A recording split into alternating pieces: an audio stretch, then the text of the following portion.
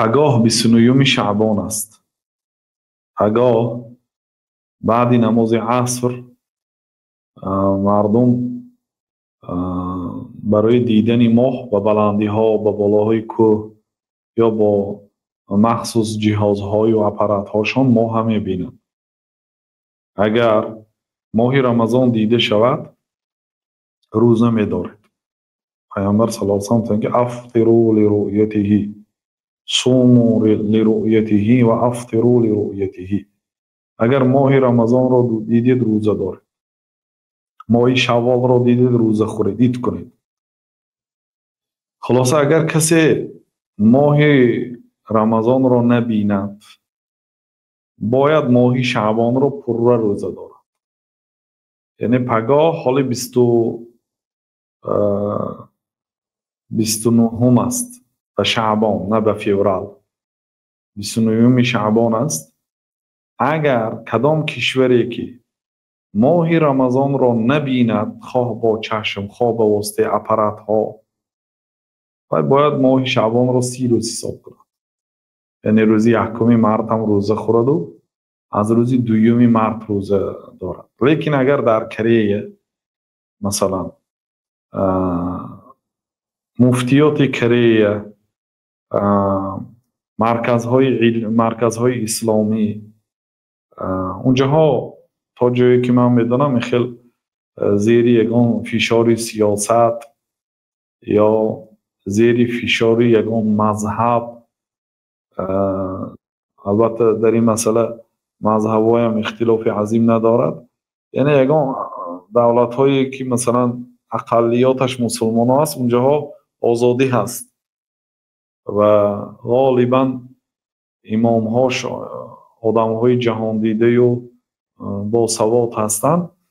اونا یعنی باید که دیده طبق شریعت عمل کنند.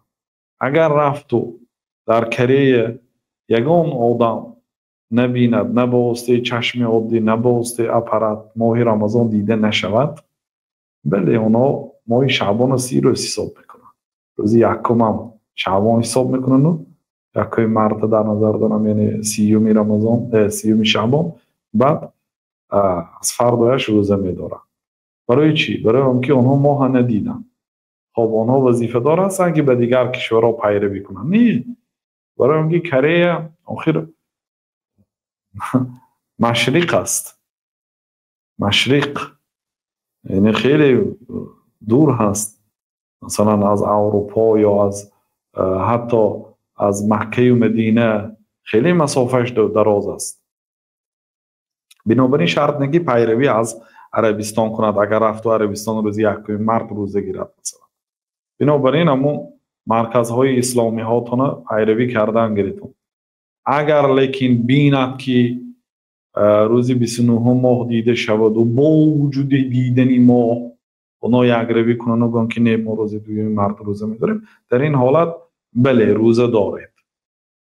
یگان آدم مسلمان بیند وقتی که بادیه نشینی آمده گفت که یا رسول الله من ماه رمضان را دیدم، از پیامبر صلی الله علیه و سلم گفت اشهد ان لا اله الا الله و انی رسول الله، شهادت میدهی که غیر الله تعالی دیگه معبودی بر حق نیست و من فرستاده الله هستم. گفت که اما انا فاشهد ان لا اله الا الله و ان محمد رسول الله، اما من باشم من شهادت میدم، گواهی میدم، من گواه هستم که غیر الله تعالی دیگه معبودی بر حق نیست و گواهی میدم که شما فرستاده و پیغمبری الله هستید. بعد پیامبر صلی الله علیه و سلم میگه بلال اعلام کن که مردم پگاهی روزه دارند. یعنی شهادت یک آدم در دیدن ماه قبول کردن. یک آدم اگر از کشوری کره ماه رمضان رو بیند کفایه هست. اگر یک آدم مسلمان آمده شهادت دهد که من ماه رو دیدم کفایه هست برای همه. یعنی شرط نه که هر یک آدم باید چی رو بیند، رمضان رو دیدن شرط نیست. برای ماه رمضان یک آدم بیند بس است.